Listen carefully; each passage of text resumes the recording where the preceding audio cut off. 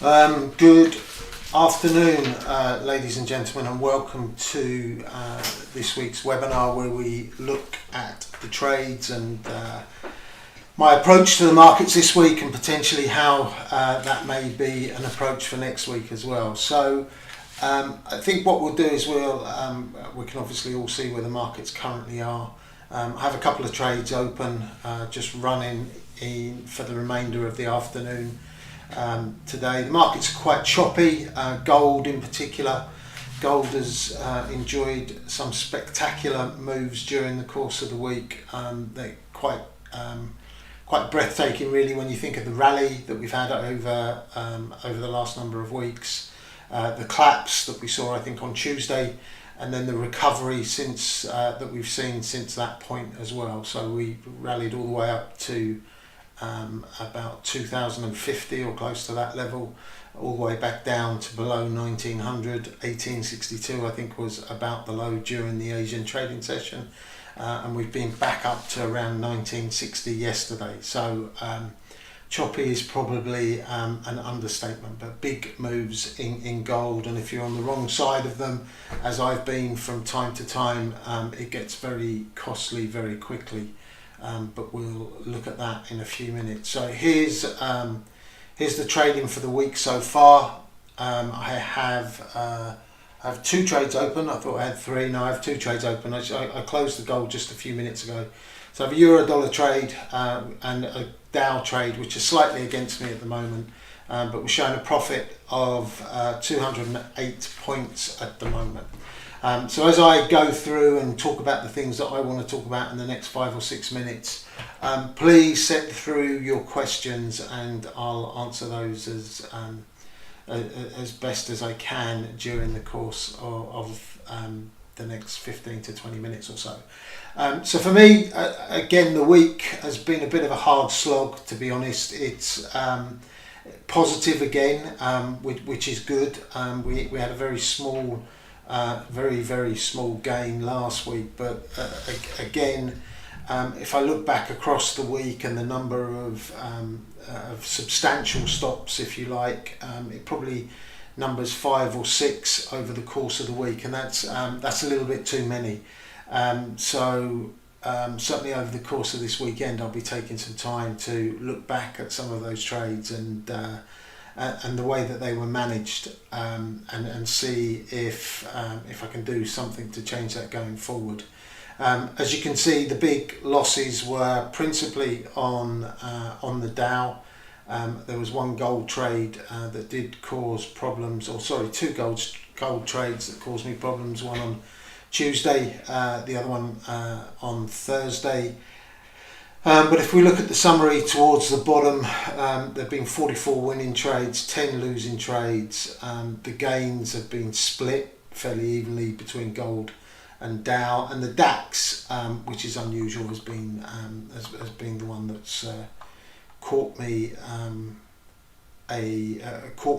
once or twice. So on Tuesday in particular, with the DAX, and I ran that trade too long. I think one of the things with the DAX in particular, the DAX throughout the course of the week has been far more resilient than the Dow, and whilst the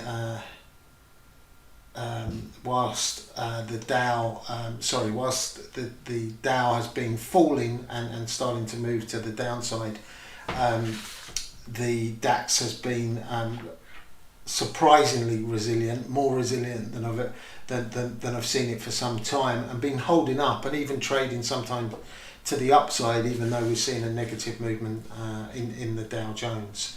Obviously that can happen. There are micro economic factors that will install that, but it's I think it's reasonably rare that they decoupled quite as much as they did during the course of the week. So 2 weeks that have been quite difficult. So we have a question in here from Mark, who's asking what sentiment led you towards mostly short trades, particularly earlier in the week. And it's a good point when you're looking at the results, Mark, because Monday and Tuesday, again, the trades were predominantly from the short side, and if you look at all of those trades during the course of the week, there's and I'm just running the numbers up quickly in my head. There were 4 trades from the buy side, and 3 of those have been in gold. So the thing that I was going to talk about in my own notes before we got round to questions was to explain a little bit on my own stance, so it fits in with what Mark has been asking. And obviously the markets have, when you look at the S&P 500 and you look at the Nasdaq, the S&P hasn't closed at a record high, but has been fairly close.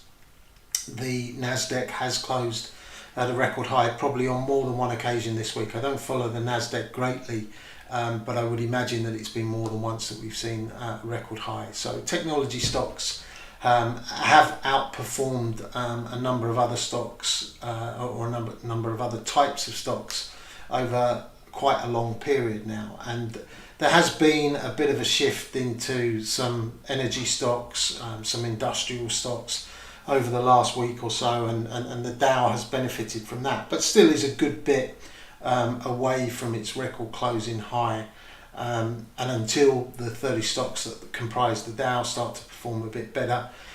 Yesterday Cisco, which is one of the component stocks, reported some earnings that weren't well received by the market, and that continued to be a drag on the Dow. So it has when one of those individual stocks isn't performing too well and is being hit by the market, it can have an over-exaggerating effect on the Dow Jones. The reason for my stance, though, is on Monday, just looking at the prices that were traded, we're around 27,500. Later in the week, we're trading around the 27,900 level. I think we tipped just above 28,000 in the futures just for one day, in one day during that period, and we're back around 27,750 at the moment, and have been trading up in the last hour or so. Just when I look at the markets overall, we are finding a barrier at 28,000, both in the cash, and then when the futures rally up to that level, the futures are sticking around that point as well. And when I'm looking at my stance and sentiment and trying to work out what I want to do, I have to base that around the ways that I perceive everything that's going on around the market. So we see, coronavirus has been with us for some time now, far too long to be honest, but it continues to be an issue. We're seeing rising number of cases in many locations. There's been a downtick in the number of cases in certain US states, which is deemed to be a positive. Markets are very good at finding positives out of some very negative numbers. Unemployment numbers yesterday, that we hit a number lower than 1 million in terms of unemployment claims or new unemployment claims, and that was the first time in 20 or 21 weeks. But it's still a very, very negative number. If you look at the overall jobs market and the number of jobs that have been lost since the pandemic hit in the US, the number of jobs that have been added back or regained, if you like, is less than a third of the total number. So the numbers, I find it personally very difficult to find positive numbers. Earnings have done particularly well over the course of the last couple of weeks. Earnings have far exceeded expectations, but we have low expectations. So the base that we're using in order for there to be a positive number is exceptionally low. You also look at earnings over the last number of days, and there's been a watering down in terms of the earnings for Q3 and Q4, and with the markets being forward looking and looking at those results, where that's starting to have a bigger effect on the market. So we also have the election coming up in about 12 weeks time, the election between Trump and this will show you how little I know about the election, but I think it's Joe Biden as well. I don't have a great interest in who wins, other than the way that it affects the markets. And I don't think there is I don't think there's a clear front runner. I think Donald Trump still needs to pull something out of the bag if he's going to be returned. So for me, there's a lot of uncertainty, and the one thing that markets like less than anything else is uncertainty. You've also got some Chinese US discord to throw into the equation. So I struggle, and this is a personal opinion rather than a global opinion, because there's lots of economists and analysts talking up the markets at this particular point. I struggle to find too many positives. The reason for the negative stance, I always have to decide where I'm going to enter the market from, be that the short side or be that the long side. It tends not to change. It can change from day to day and change from week to week, but it tends not to change intraday, because that means that something fundamental will have need to happen during the course of the day to really turn my opinion 180 degrees and try to enter from the opposite direction. And I can't think of too many occasions where that occurs. We might have a long rally, I might be on the right side of the rally and then think the rally's starting to peter out and I will change. And equally so if a market's falling away, but it's that they are few and far between. So that's the basis for the stance that I've taken. If I in terms of the side of the market that I want to enter from. So I certainly during the course of this week it's been from the short side. Definitely didn't pay off Monday or Tuesday, and has certainly been better since Wednesday, and we've returned profits Wednesday, Thursday, Friday, which have ultimately turned the week around. But admittedly, the beginning of the week from the short side was definitely wrong. In addition to that, one of the things, I suppose we all have pet hates, and my pet hate, if you like, is buying at the top. In a former life, I did it a few times, and as we're rallying, unless I can see a clear reason or catalyst to push us through 28,000. In the case of this week, I'm not going to be buying at these levels, because we are looking as if we're at the top of the range, and there needs to be something that's going to generate more volume, and it is going to create that surge that's going to put us through 28,000. Now, what is that catalyst at the moment? What could possibly do that for us? The answer, I think, is solitary. There is only one, and that's a vaccine. And even on very sketchy news, sketchy news, I suppose, in relation to a Russian vaccine last week, the market rallied quite hard and then falls away. And there is a bit of a pattern with the way that vaccines have been accepted by, or positive news in relation to vaccines have been accepted by the markets. We see a bit of a rally on the day that it's announced, and then either same day or definitely the next day we see a bit of a sell-off in relation to, maybe it is going to be a little bit longer. We're not seeing this as quickly as we can, and it was vaccine type of news that saw the big collapse in gold on Tuesday. I think it was probably Tuesday that we saw the Russian vaccine news, and even though there wasn't a great deal of instant credibility around it, there was some fairly significant shifts in the market. So I struggle to find. It's not about not being positive about the markets. I do think the markets will go up at some point in time. I'm only looking for what the markets are going to do today, and where is my preference in terms of entry point.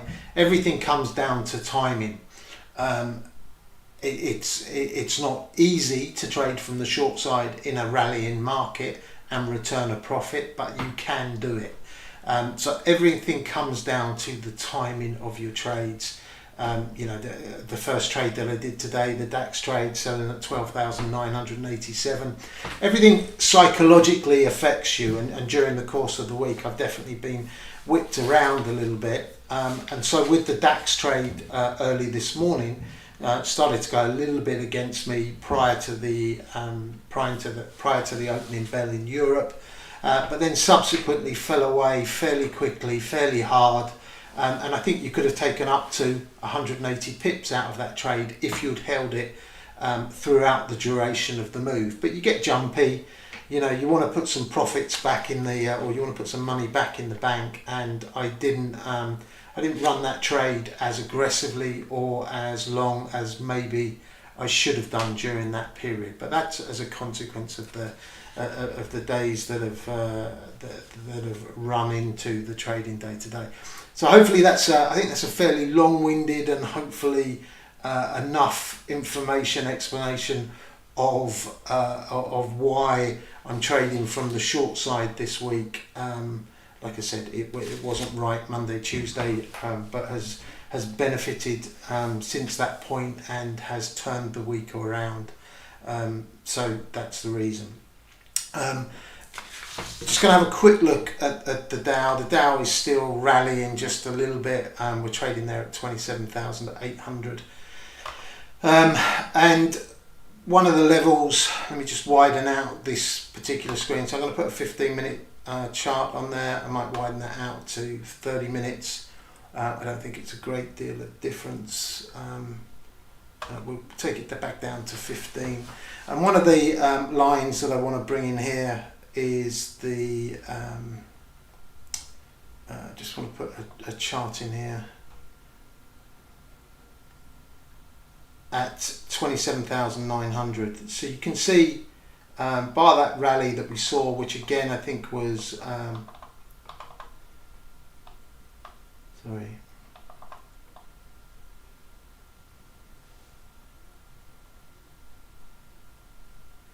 so you can see we've rallied up to 27. So the move on Tuesday, I think it was a Tuesday. You can see we broke through that 27,800 line. 28,000 line very briefly. The same day that gold plummeted, the Dow rallied, and then you can see on the following day when the news started to be doubted somewhat, or people were looking for more credibility, we fell away. Back down to about 27,530. But here you can see that there's a lot of resistance. Since that point, a lot of resistance has come into the market above 27,900. And we've rejected that line on a number of occasions, probably one, two, on substantial occasions, and we've moved down to 27,760. 1, 2, 3 again yesterday. And again today with a far more significant moving down towards 27,600. So just trading around this line and that increasing resistance that we're seeing when we're getting up to there. And this was a conversation I had with somebody in relation to trade size early today. I will increase my size as I continue to see this rejection. Now this morning, first thing, the Dow was trading at 27,900. I chose to sell DAX as opposed to Dow. They had fairly comparable movements to the downside. The Dow may have been a little bit more extended than the movement that we saw in DAX, but my reason behind choosing the DAX over the Dow at that point was I was expecting more fluctuation after the European Open and wanted to be trading the live market of the two. The better decision with hindsight, which none of us own, unfortunately, all of us would love to have, would probably have been to sell the Dow at that particular point. The fall away was definitely a little bit more significant as we moved from 27.9 down to 27.6. My trade size will increase as we move back up towards this 27.9 level. Now you need to be careful if you're increasing your trade size. Let's tighten up our stop levels a little bit as well. But if we can get a stop well above that 28,000 level, I think we have two possible chances of rejection in the week going forward at 27.9 and then again at 28. But we want our stops ideally above the limit of that move, 28,057. But I would expect this containment within a range with more potential to the downside than the upside to continue for the foreseeable future, until somebody somewhere announces that catalyst that's going to move us higher. I'm not sure that it's going to be the economic stimulus that's going to come forward from the White House at some point in the future. That was another negative that I didn't add into my bias. So for me, the negatives outweigh the positives. Yes, we've rallied to this level, but I think something out of the ordinary is required to take us to the next level within this. I've run over on my time a little bit, didn't get through to too many questions. I'll do my best out of those and to answer those this afternoon. Otherwise, maybe we'll touch on a few of those next week.